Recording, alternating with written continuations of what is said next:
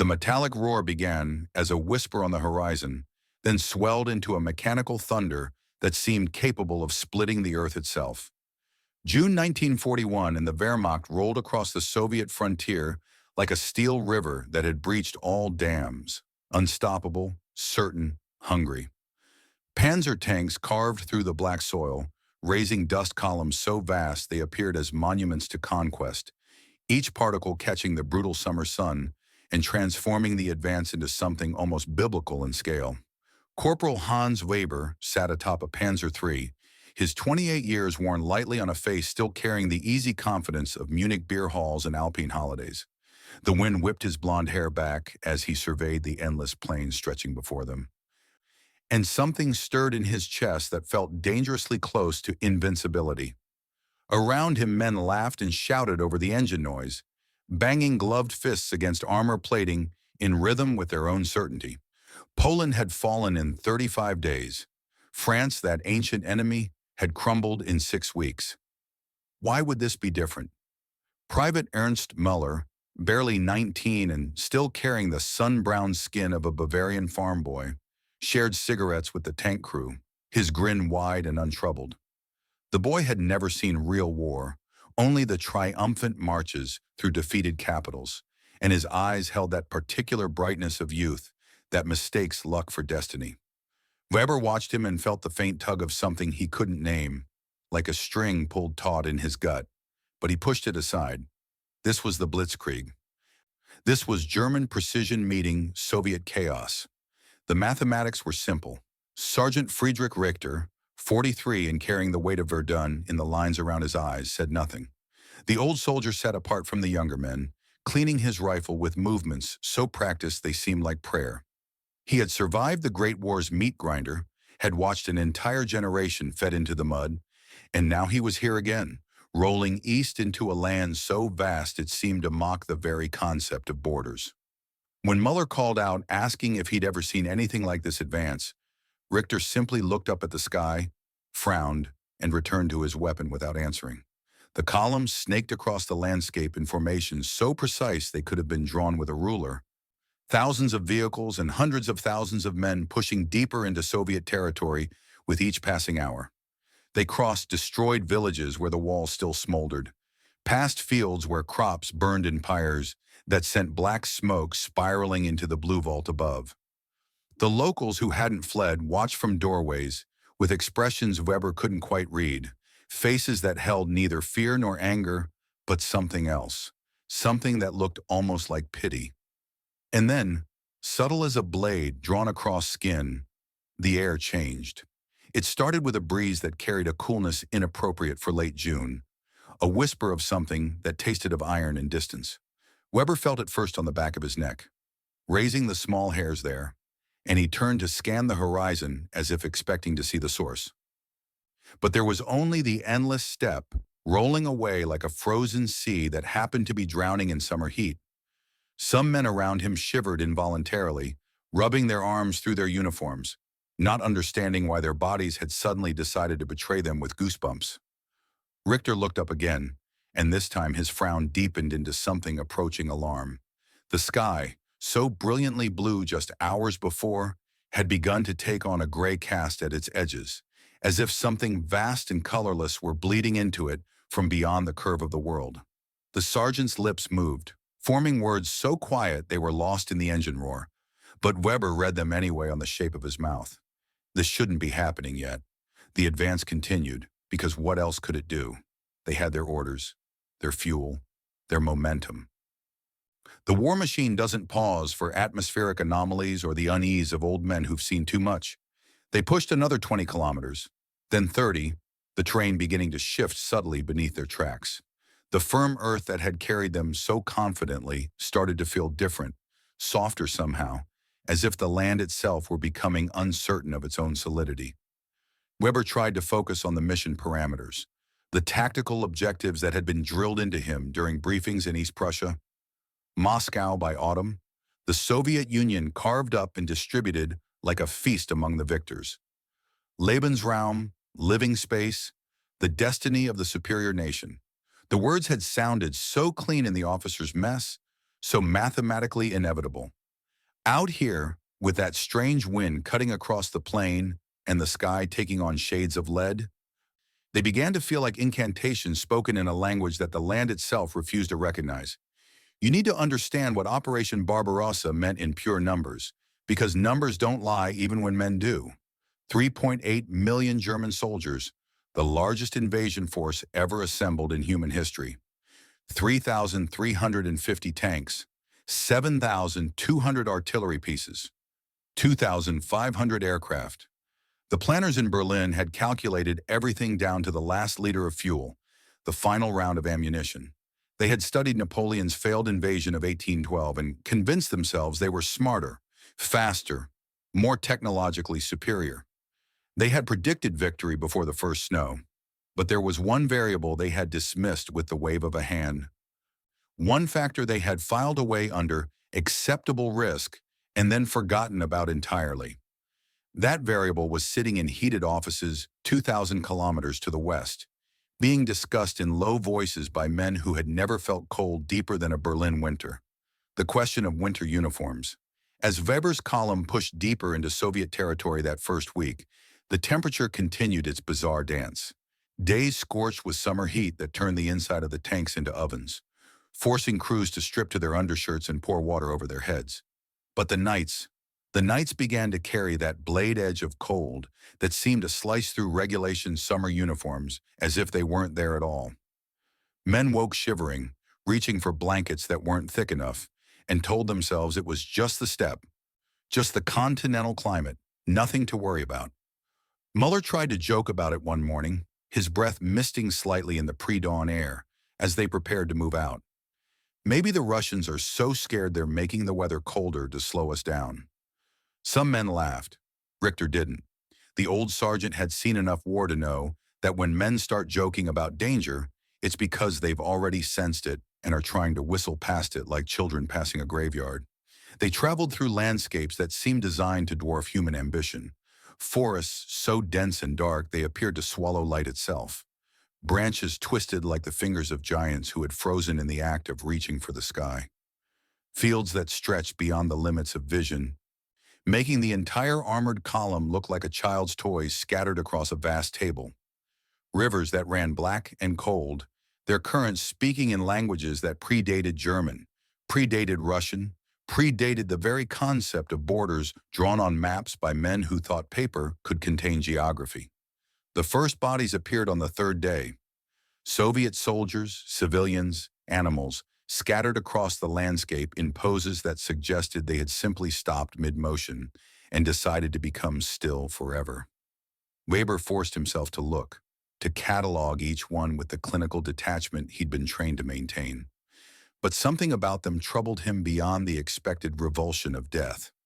Their skin had taken on a waxy quality, pale and rigid, and when the column passed close enough, he could see that frost had formed on their eyelashes, despite the summer sun blazing overhead. How does frost form in June? Muller asked the question out loud, his young voice carrying too far in the strange acoustics of the steppe. Nobody answered him, because nobody had an answer that wouldn't sound like madness or weakness. So they simply drove past, leaving the dead in their wake, and told themselves that this was war, this was normal, this was the price of conquest. By the second week, the wind had become constant, not the gentle breezes of summer, but gusts that carried an edge sharp enough to make men wince when it hit exposed skin. It howled across the plain with a voice that sounded almost purposeful, as if the land itself were trying to communicate something, a warning perhaps, or a promise.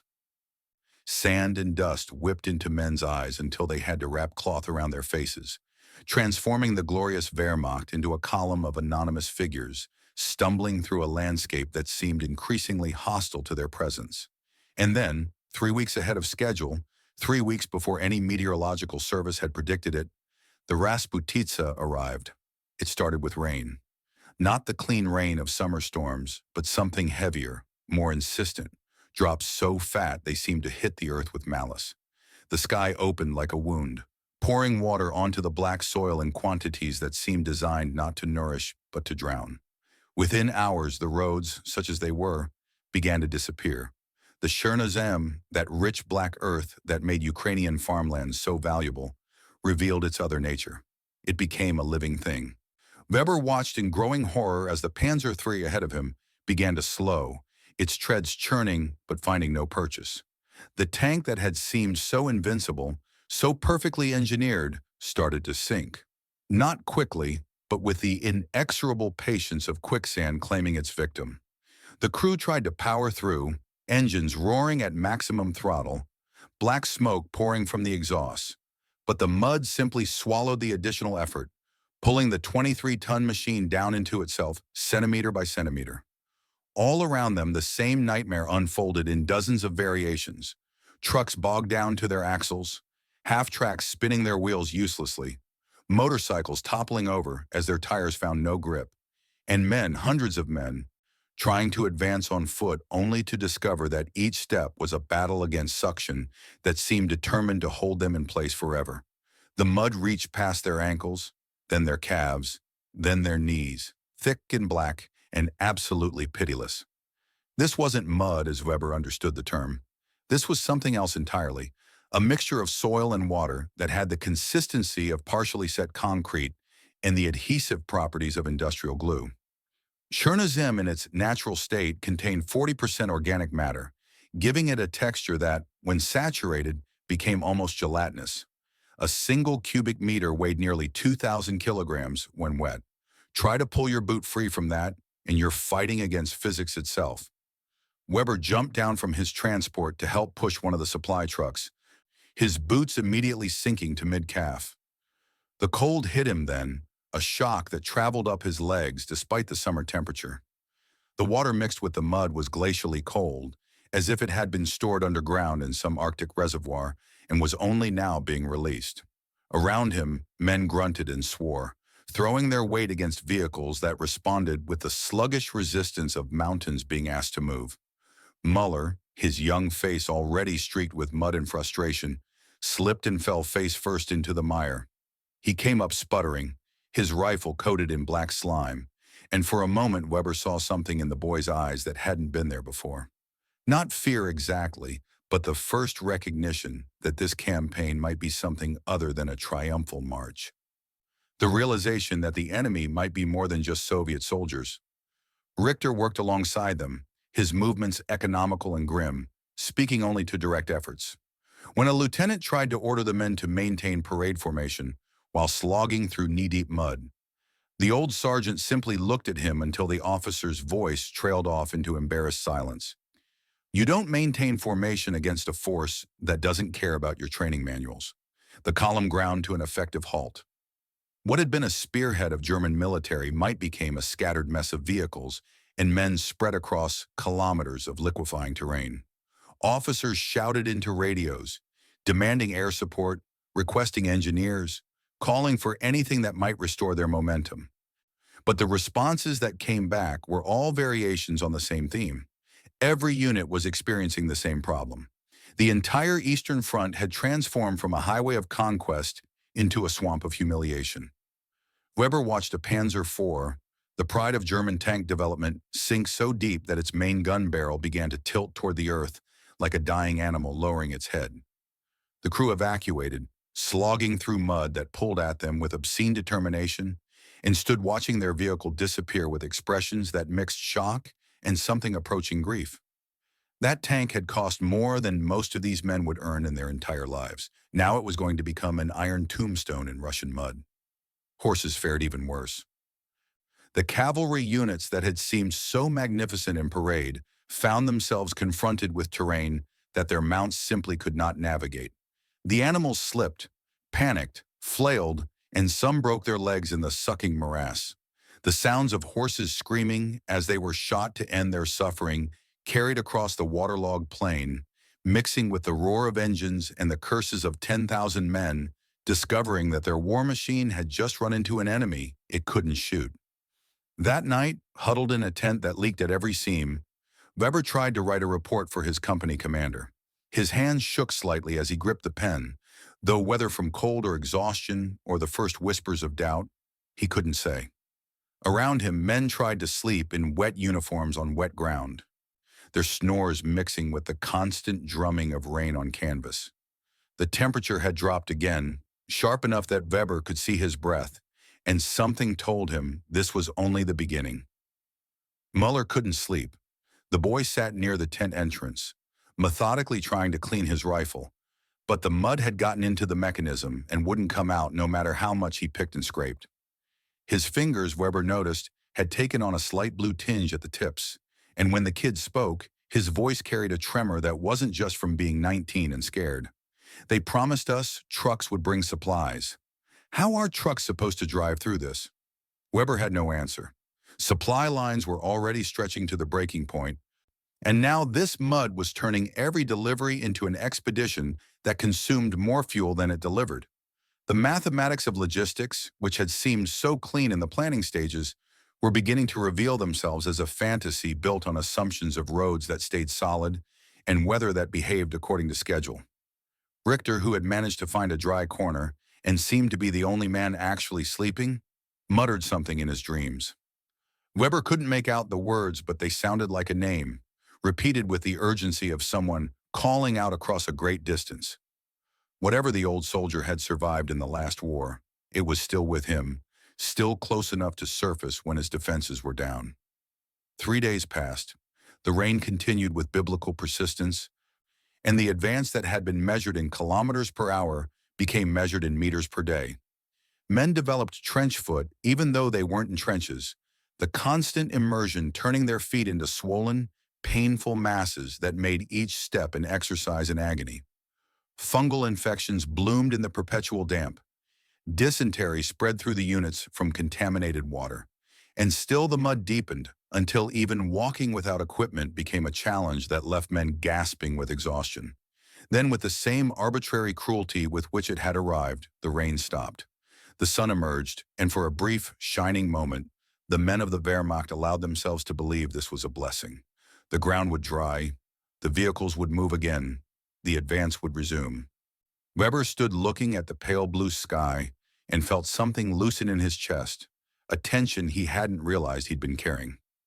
Even Muller managed to smile, his young face splitting into an expression of relief so pure it was almost painful to witness. But Richter, standing apart from the celebrating men, looked at that same sky and said nothing. The old soldier's face had taken on an expression that Weber would remember for the rest of his life, an expression that combined resignation with a kind of bitter knowledge. And when Weber asked him what was wrong, why he wasn't celebrating the return of the sun, Richter spoke for the first time in 3 days. Because now it's going to freeze. The temperature began to drop, not slowly, not with the gradual transition that normally marks the change of seasons, but with a velocity that felt almost personal.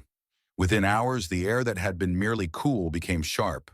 The mud that had swallowed their vehicles started to harden on its surface, creating a crust that seemed deceptively solid.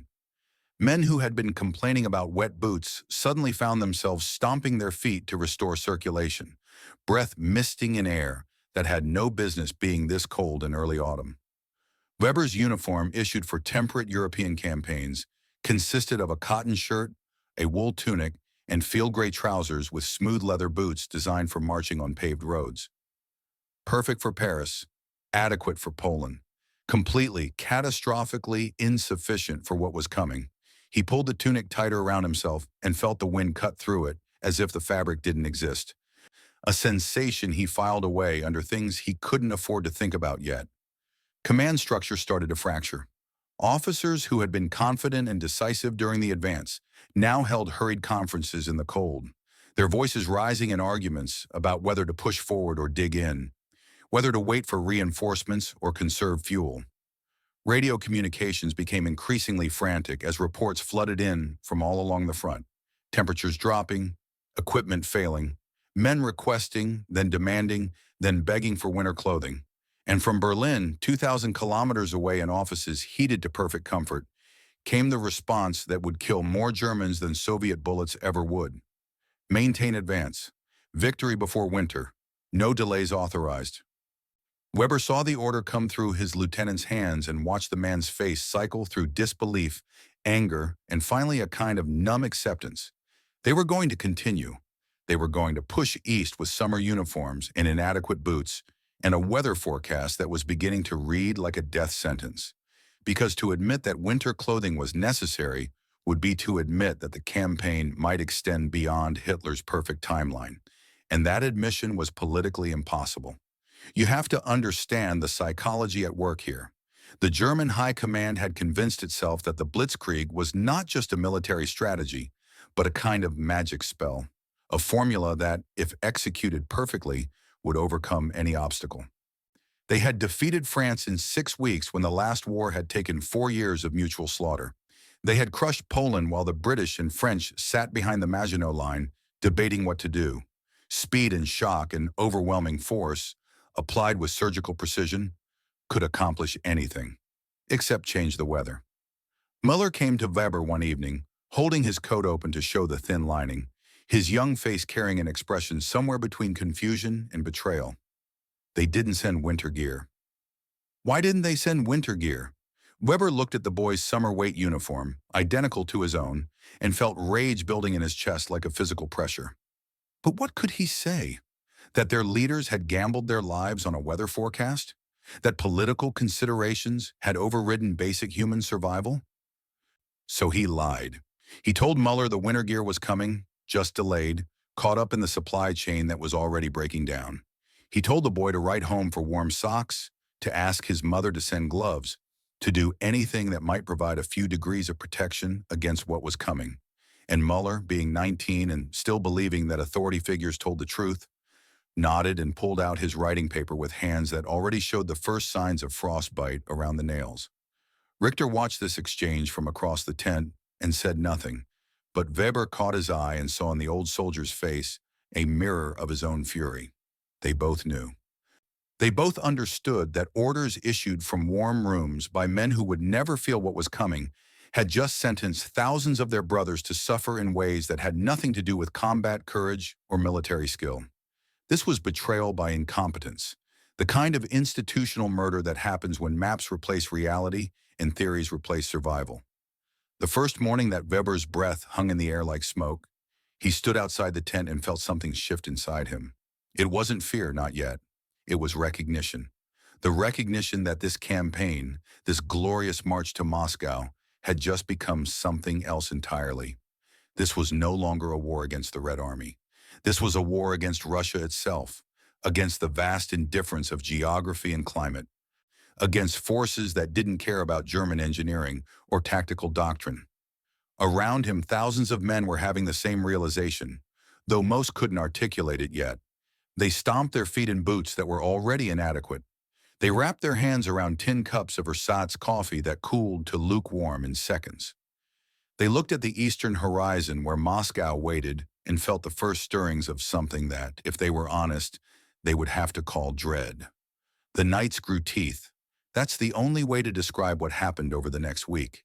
The darkness that descended wasn't just an absence of light, but an active presence. A cold that reached through every layer of clothing and found the warmth of human bodies with predatory precision. Men tried to sleep and couldn't, shivering so violently their teeth chattered like castanets. They huddled together for warmth, pressed against each other in ways that would have seemed absurd or compromising in any other context. But here became simple survival mathematics. Weber's platoon lost its first man to the cold on October 13th. Private Steiner, a quiet mechanic from Hamburg, simply didn't wake up. They found him in his bedroll, eyes half open, frost already forming on his eyelashes, despite the tent around him. The medical officer examined the body, checked for wounds or signs of disease, and finally gave the diagnosis that would become horrifyingly familiar in the weeks ahead. Hypothermia, not from combat, not from enemy action, from sleeping in a regulation sleeping bag in regulation shelter while wearing regulation uniform. Steiner had died because the German army, in its infinite planning, had not accounted for the fact that Russia in October could kill you while you slept. The temperature that night had been -5°C. Cold, certainly, but not what anyone would call extreme. Soldiers had endured worse in winter training exercises back in Germany. But those exercises had ended. Those soldiers had gotten to go back to heated barracks. Here there was no going back. Here the cold was constant, cumulative, eroding body heat and willpower, with the patience of a predator that knows its prey has nowhere to run. Muller took Steiner's death badly. The two had become friends during the journey east, bonding over shared memories of Bavaria and plans for after the war. Now Muller sat outside in the cold, staring at nothing, and when Weber tried to talk to him, the boy spoke in a voice that had lost its previous brightness. He wasn't even in a battle. He just went to sleep. How do you fight an enemy like that? Weber had no answer. How do you fight thermodynamics? How do you combat the second law of entropy with rifles and determination? The cold didn't need to aim. It didn't need to conserve ammunition. It simply existed, vast and patient and absolutely impartial, waiting for human bodies to exhaust their fuel and surrender to the equilibrium of death. That same week, the weapons began to fail. Not dramatically, not all at once, but with the insidious reliability of physical laws asserting themselves. The Karabiner 98K, that masterpiece of German engineering with its tolerances measured to hundredths of a millimeter, started to jam. The bolt mechanisms, designed for European temperatures, contracted in the cold until they seized. Men pulled triggers and nothing happened. The firing pins frozen in place, or the lubricant turned to sludge. Weber experienced it firsthand during a morning inspection. He chambered a round, aimed at a distant tree, and squeezed. The click of the firing pin was all wrong, sluggish and incomplete. He cycled the bolt to try again and felt it stick, metal grating against metal with a sound that made his teeth ache. 5 more attempts, each one requiring more force, until he was slamming the bolt handle with the heel of his palm hard enough to bruise. The rifle that had been an extension of his will had become an expensive club. Multiply that experience by hundreds of thousands. An entire army discovering that its weapons were fair-weather friends. The machine guns seized. The mortars wouldn't traverse. Even the grenades became suspect, their mechanisms potentially frozen into duds. And the tanks, those mobile fortresses that were supposed to deliver victory, began their own slow death. The engines, designed to run on gasoline optimized for Western European conditions, coughed and died as the cold turned their oil into paste. Richter, veteran of one world war and now trapped in another, sat cleaning his rifle with motions that had become ritualistic. But Weber noticed he was using a different lubricant, something he'd improvised from diesel fuel and God knows what else, applying it with the parsimony of a man who knows that improvisation is the only thing standing between function and failure. When Weber asked where he'd learned that trick, Richter's answer came flat and without elaboration. Last war, Russia. Same problems then, same solutions now. Nothing changes except the bodies. The cold intensified, not gradually, but in jumps, as if someone was turning an invisible dial in the sky and testing how much human flesh could endure. -10, -15, -20. Each new low brought fresh discoveries of vulnerability. Fingers that had seemed fine turned white and wooden. Ears burned with cold that felt more like heat. Noses ran constantly, and the mucus froze on men's faces in grotesque trails that they stopped bothering to wipe away. Weber wrote another letter home, his handwriting shaky from the tremor in his cold, stiffened fingers.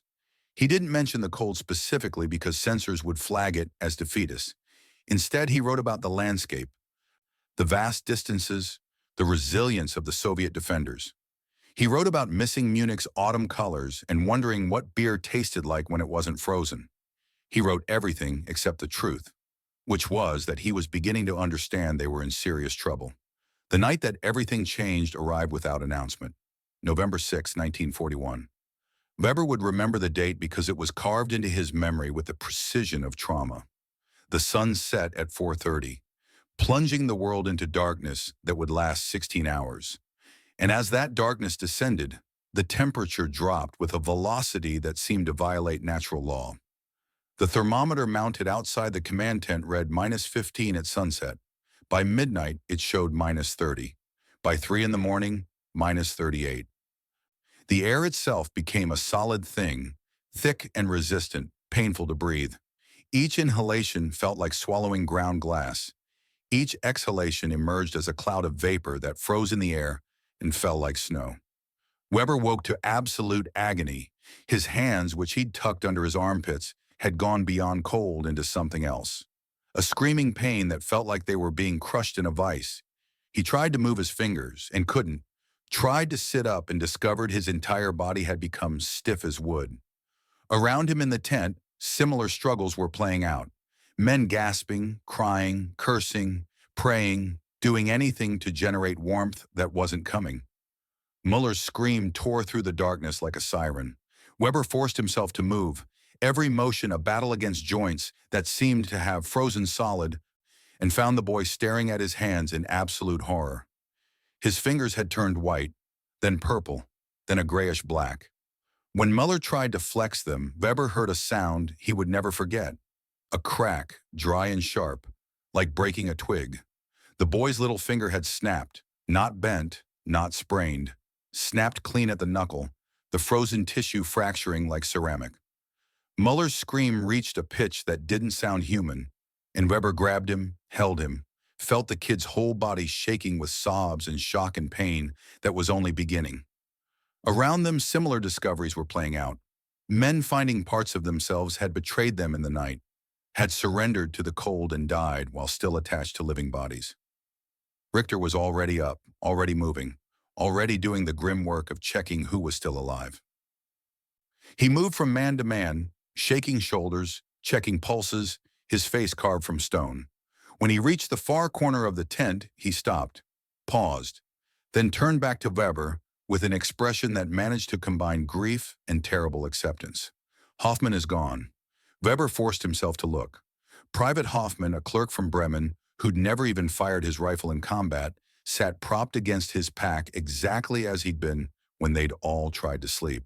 But his eyes were open and empty, frost crystallizing on his lashes and eyebrows, his mouth slightly ajar, as if he'd been about to say something. The cold had simply entered his lungs and decided to stay, stealing heat until his heart had nothing left to beat with. They didn't have any explosions. This man died from sleeping. The sun rose at 8 that morning, weak and anemic, illuminating a landscape transformed. Everything, every surface, every object had been coated in frost that glittered with malicious beauty. The tents sagged under accumulated ice. The vehicles stood like monuments to futility, engines frozen solid, treads locked in place, and scattered around the camp were men who hadn't made it through the night. 23 in Weber's company alone, seated or lying where hypothermia had found them, and decided they'd gone far enough. The weapons were useless. Every rifle, every pistol, every crew-served weapon had become a frozen sculpture. Weber watched a sergeant try to fire an MG-34 machine gun, slamming the charging handle with both hands, and saw the entire mechanism shatter like ice. Pieces of German engineering, each one machined to perfect tolerances, scattered across the snow like shrapnel from a grenade that had exploded from within. The tanks were dead. Every panzer, every assault gun, every armored vehicle sat inert and useless. The synthetic oil inside their engines had solidified into a mass with the consistency of cold butter. Mechanics tried everything. They built fires underneath the hulls, risking explosion to generate heat. They poured precious fuel over the engines and ignited it, watching flames lick across metal that stayed stubbornly cold. They even tried attaching blowtorches directly to the oil pans, succeeding only in warping the metal and making the problem worse. A Panzer IV, pride of the armored divisions, sat in the middle of camp like an accusation. Its crew had worked on it for 6 hours straight, trying every trick and technique in the manual, and several that weren't. Finally, miraculously, the engine had coughed to life, belching white smoke and making sounds like a dying animal. They'd celebrated for exactly 40 seconds before the engine seized completely, a piston rod cracking from thermal stress and punching through the block in a spray of metal fragments and frozen oil. That's when Weber understood. That's when the full scope of the catastrophe became clear. They weren't just cold. They weren't just uncomfortable. They were trapped. Every vehicle that might have carried them back to safety was dead. Every weapon that might have defended them was frozen. Every piece of equipment that separated them from the Stone Age had surrendered to simple thermodynamics. They were 2,000 kilometers from home, in the heart of winter, wearing summer uniforms, with no way forward and no way back. Muller sat in the snow, cradling his mangled hand, rocking slowly. Weber wanted to comfort him, wanted to say something that would make this bearable, but every word that came to mind felt like a lie. So he just sat down next to the boy, sharing body heat that felt pathetic against the scale of the cold, and watched the morning reveal the full scope of their helplessness. Richter appeared, wrapped in blankets scavenged from the dead, his face showing no emotion. The old soldier had seen this before, had survived it once already in a different war with a different enemy that turned out to be the same enemy in the end. He looked at the frozen camp, at the dead vehicles, at the men huddling for warmth like refugees instead of conquerors, and spoke with the finality of someone delivering a eulogy. We're not fighting the Red Army anymore. We're fighting Russia itself, and Russia just declared war. The officers tried to maintain order, tried to implement procedures for this kind of emergency, only to discover that no procedures existed. Nobody had planned for complete mechanical failure. Nobody had anticipated total weapon system collapse. The contingencies all assumed that if you got into trouble, you could shoot your way out or drive your way out or call in air support. But when your rifles don't fire and your vehicles don't move and your radios don't work and the aircraft are grounded because their fuel has turned to gel, there are no contingencies. There's only survival, and even that's negotiable. Food became the next crisis. The supply lines, already stretched to breaking, had now snapped completely. Trucks that might have brought rations were frozen solid. Horses that might have pulled carts were dead from the cold or had been eaten by men who'd given up on ideals like proper supply chain management. The field kitchens couldn't function because the food arrived frozen into blocks that required an hour of work just to make edible. Weber received his ration for the day, a piece of bread so hard it could have been used as a weapon, a chunk of sausage frozen solid enough to chip teeth, a cup of ersatz coffee that froze into slush before he could finish drinking it. This was what the Wehrmacht had been reduced to. Not a fighting force, but a struggling mob trying to figure out how to consume enough calories to stay alive another day. Around the camp, men dealt with the crisis in different ways. Some became frantic, moving constantly to generate heat, talking non-stop as if words could build walls against the cold. Others went quiet, retreating into themselves, conserving energy for the battle they now understood was coming. A few simply broke, sitting down in the snow and refusing to move, waiting for the cold to finish what it had started. Muller, after the field surgeon had looked at his hand and done what little could be done without proper facilities, asked Weber the question they were all thinking. Are we going to die here? Weber wanted to lie, wanted to give the boy some comfort, but lies felt obscene in the face of what they were experiencing. So he told a different kind of truth. Not if we keep moving, not if we help each other, not if we remember we're still soldiers. But even as he said it, he knew how hollow it sounded, because the cold didn't care if they were soldiers or civilians or kings or beggars. The cold had no politics. It simply took, patient and thorough, until there was nothing left to take. And this, Weber realized with a clarity that felt like another kind of freezing, was only the beginning.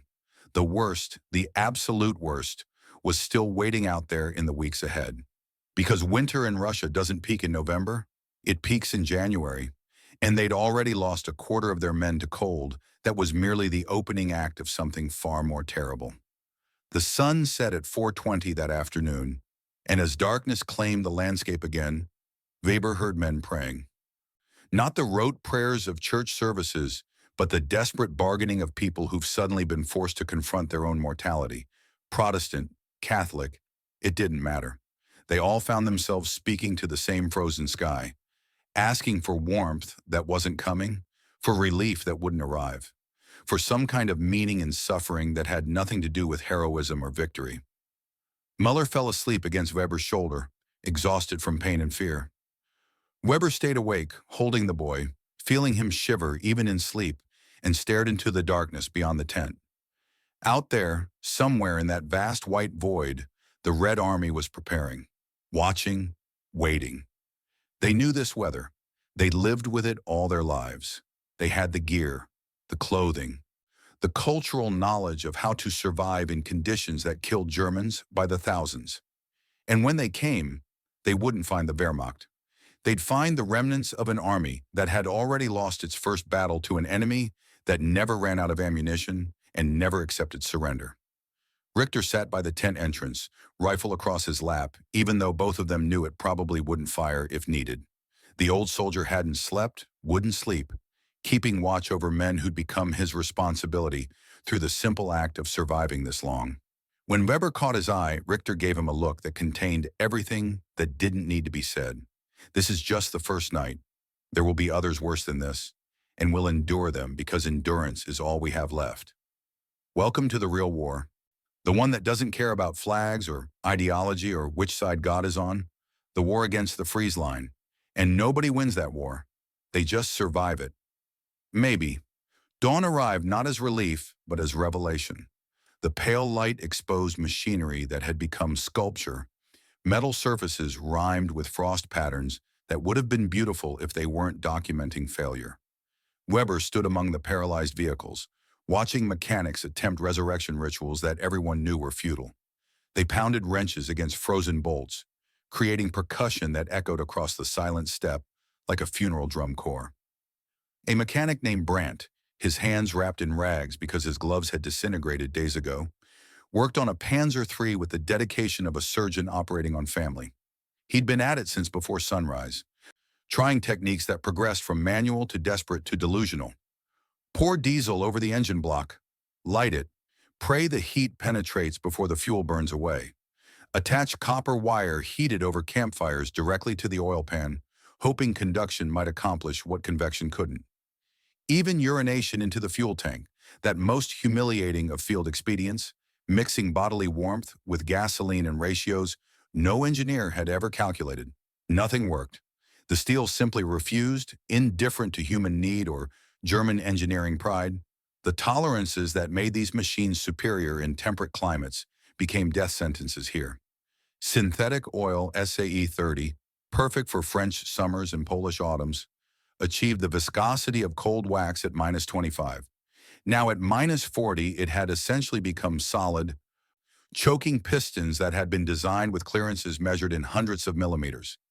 You need to comprehend the physics destroying them. Metal contracts, when cooled, roughly 0.05 millimeters per meter for every 10 degrees Celsius. German weapons were masterpieces of precision, parts fitting together with tolerances of 0.02 millimeters because accuracy demands perfection. But that perfection assumed European temperatures. Here, components contracted unevenly, creating friction where there should have been smooth action, binding where there should have been movement. The rifles, pistols, machine guns, all designed by men who'd never imagined their creations fighting at temperatures where mercury freezes. Weber's Karabiner 98K hung from his shoulder like an accusation. He tried to fire it during morning inspection, aiming at a distant marker post, and the bolt had refused to cycle, not sluggish, not resistant, completely immobile, as if someone had welded it shut overnight. He'd struck the handle with his palm, then his fist, then found a rock and used that. Each impact sending shock waves through his already damaged hands. The bolt had finally moved, screaming metal against metal, and when he'd checked the mechanism, he'd seen scoring that meant the rifle was essentially ruined. One shot might work, or it might explode in his face. The mathematics of reliability had become gambling with shrapnel. Multiply this experience across 3 million men, an entire invasion force discovering that their technological superiority meant nothing to thermodynamics. The machine guns seized after 2 or 3 rounds, the temperature differential from firing causing immediate ice formation in the mechanism. The mortars wouldn't traverse because the grease in their mounting systems had hardened into glue. Even the grenades became suspect, their springs and strikers potentially frozen into configurations that might not detonate or might detonate immediately upon throwing. Brandt finally gave up on the Panzer, standing back from it with oil-blackened hands hanging at his sides. Defeat written across features that looked 20 years older than his actual 32. The tank that should have been an instrument of conquest had become an iron coffin, its crew huddled inside not for protection, but because the hull retained marginally more warmth than outside air. They'd started the war as tankers. Now they were refugees squatting in a metal box that couldn't move. Muller sat away from the others, cradling his right hand against his chest, the one with 4 fingers remaining. The field surgeon had done what he could, which meant cutting away the shattered digit and cauterizing the stump with a heated bayonet because they had no anesthesia and no time for proper procedure. The boy hadn't screamed during the operation, which worried Weber more than screaming would have. Muller had simply bitten through a leather strap and watched his own amputation with eyes that held no expression at all. The cold kept stealing, not dramatically but with clerical thoroughness, taking inventory of human tissue and deciding what could be sacrificed. Noses darkened first, the cartilage dying as circulation abandoned extremities to preserve the core. Ears turned brittle, and men who touched them without thinking found pieces breaking off like burnt paper. Cheeks developed patches of white that spread like maps of territory being conquered from within. Frostbite advancing in stages that medical texts described, but that reading about had never prepared anyone to witness. Weber felt it in his own fingers, the ones he still had. They'd progressed beyond pain into something else, a wooden numbness interrupted by moments of screaming agony when blood forced its way through half-frozen capillaries. He tried to make a fist and managed only a claw, joints refusing to complete the motion. Inside his boots, his feet had become distant countries, places he knew existed but couldn't quite locate on the map of his own body. When he'd removed his socks that morning, skin had come away with the wool, and he'd had to make a decision about whether looking further would help or simply provide information he couldn't act on. Richter moved among the men with the economy of someone who understood that wasted motion was wasted heat. The old soldier had wrapped himself in blankets taken from the dead, creating layers of insulation that made him look like a refugee rather than a Wehrmacht sergeant. But his rifle, unlike everyone else's, still functioned.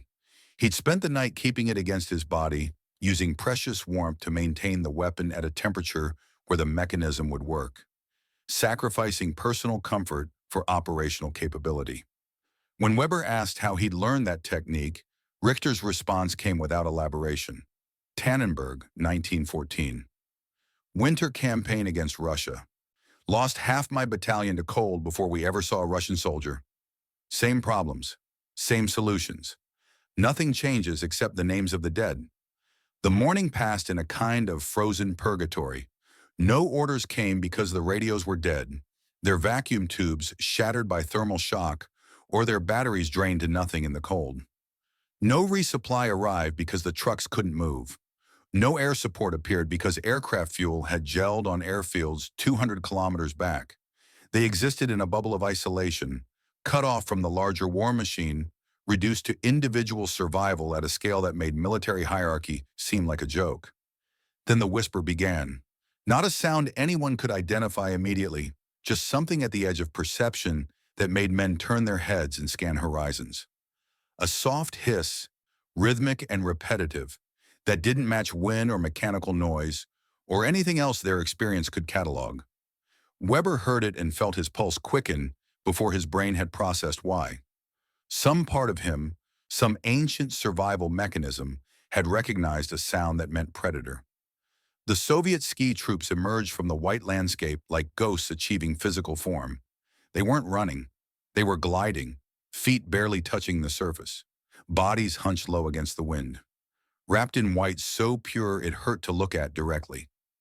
Padded cotton coats that made them appear twice their actual size. Wide trousers tucked into felt boots that left almost no tracks. Faces hidden behind scarves. Only eyes visible. Patient and calm, and absolutely lethal. They moved with the confidence of wolves in their own territory, exploiting every fold in the terrain, appearing and disappearing behind snowdrifts in a way that made counting them impossible. 5, 20, 50. Weber's eyes kept trying to track individual figures and losing them, finding them again in different positions, until he couldn't tell if he was seeing the same men or an entire army that had learned to become invisible. The Wehrmacht, by contrast, stood out like targets at a firing range. Their field gray uniforms, perfect camouflage for European forests, became absurd advertisements against the snow. Their heavy wool coats, designed to repel rain, soaked up moisture that froze solid, creating shells that restricted movement and radiated body heat into the void. Even their helmets, those distinctive coal scuttle shapes, became liability rather than protection, conducting coal directly into their skulls while announcing their positions to anyone with eyes. The first shot arrived without preamble. One moment, silence. The next, a dry crack that sounded almost polite, like someone clearing their throat. A German sentry's helmet flew off, the man underneath it collapsing with the boneless finality of a marionette with cut strings. Blood sprayed in an arc that froze before it hit the ground, creating a sculpture of red ice crystals that caught the morning light. Weber dropped, instinct overriding thought, bringing his useless rifle around. He saw Muller do the same, watch the boy trying to chamber around with 4 fingers and failing, the bolt refusing to move. Around them, men were discovering in real time that their weapons had become clubs, that the machinery they'd trusted their lives to had chosen this moment to betray them. The Soviets didn't rush. They simply continued their gliding advance, firing from positions that seemed impossible. Behind a slight rise that Weber would have sworn was empty, from inside a copse of trees that had appeared barren, from a depression in the snow that looked too shallow to hide anything. Their Mosin Nagant rifles spat death with boring regularity, the crude mechanisms functioning perfectly in conditions that had paralyzed German precision engineering. This is what happens when design philosophy meets reality. The Soviet rifle used tolerances of 0.1 millimeters, 5 times looser than German standards. Military theorists would call this inferior manufacturing. But those theorists weren't watching German soldiers die because their superior weapons had become expensive paperweights while Soviet crude simplicity kept working. Weber slammed his rifle bolt, got it to move, chambered a round that might fire or might not. He aimed at a white figure and squeezed, felt the trigger resist, pulled harder. The shot emerged with a crack that sounded wrong, weak, and the recoil felt sluggish. His target didn't fall. Either he'd missed, or the bullet had tumbled, or the cold had affected the powder charge in ways that reduced effectiveness to nothing. Around him, similar failures were playing out in variations of futility. Machine gunners hammering at their weapons with anything available, producing sounds but no fire. Mortar crews discovering their tubes had frozen and trying to free them with bayonets in desperate, dangerous expedients. Officers screaming orders that nobody could follow because following required weapons that worked and mobility that had been stolen by frozen joints and inadequate clothing. Muller got his rifle working through pure stubborn will, forcing the bolt with the heel of his remaining hand hard enough that something inside the mechanism broke with an audible snap. He fired once, the shot going wide, then tried to cycle and found the weapon completely seized. The boy looked at Weber with eyes that held a question neither of them wanted to ask. How do we fight when we can't fight? The answer came from Richter. The old sergeant had positioned himself behind a disabled truck, using the metal for cover, and was firing with methodical precision. One shot. Paused to observe. Another shot. His rifle worked because he'd kept it warm, because he'd sacrificed sleep and comfort to maintain a single functional weapon in a platoon where nothing else would fire. Each round he sent downrange was a small miracle of preparation, meeting opportunity. But one rifle against dozens of enemies with perfect camouflage and skis that made them effectively untouchable meant death was mathematical. The Soviets flanked, surrounded, isolated, moving with coordination that suggested they'd done this 1,000 times before. They didn't waste ammunition or time. They simply killed efficiency that was more terrifying than rage would have been. A grenade arced through the air, drawing a lazy parabola that gave men just enough time to recognize what it was before it landed and detonated. The explosion lifted snow in a geyser of white and red, fragments singing through the air and finding flesh. 3 Germans went down, screaming or silent, their blood spreading across the snow in patterns that would freeze into permanent testimony within minutes. Weber tried to run, to find better cover, and discovered his legs wouldn't obey properly. The cold had invaded his muscles, making them stiff and unresponsive, turning what should have been a sprint into an awkward stumble. He sank into snow up to his thighs, each step requiring effort that left him gasping. Behind him, Muller was struggling similarly, the boy's young face contorted with effort and fear, and the dawning realization that they were about to die. Richter fired again, and this time Weber saw the result. A Soviet skier jerked, stumbled, fell, but three more appeared to take his place, and the old sergeant was cycling his bolt when the shot found him. It came from an impossible angle, from a sniper Weber hadn't seen and couldn't locate, striking Richter in the throat with precision that suggested either exceptional skill or God's cruelest joke. The sergeant dropped his rifle, hands going to his neck, blood pumping between his fingers in pulses that matched his heartbeat. His eyes found Weber's across 15 meters of snow, and in them was recognition. Not surprise, not fear, just acknowledgement that this was always how it would end, that surviving one Russia had only earned him the right to die in another. Weber started toward him, some desperate need to help overriding tactical sense, but Muller grabbed his arm with his remaining hand and held him back. The boy was right. Crossing that open space meant death,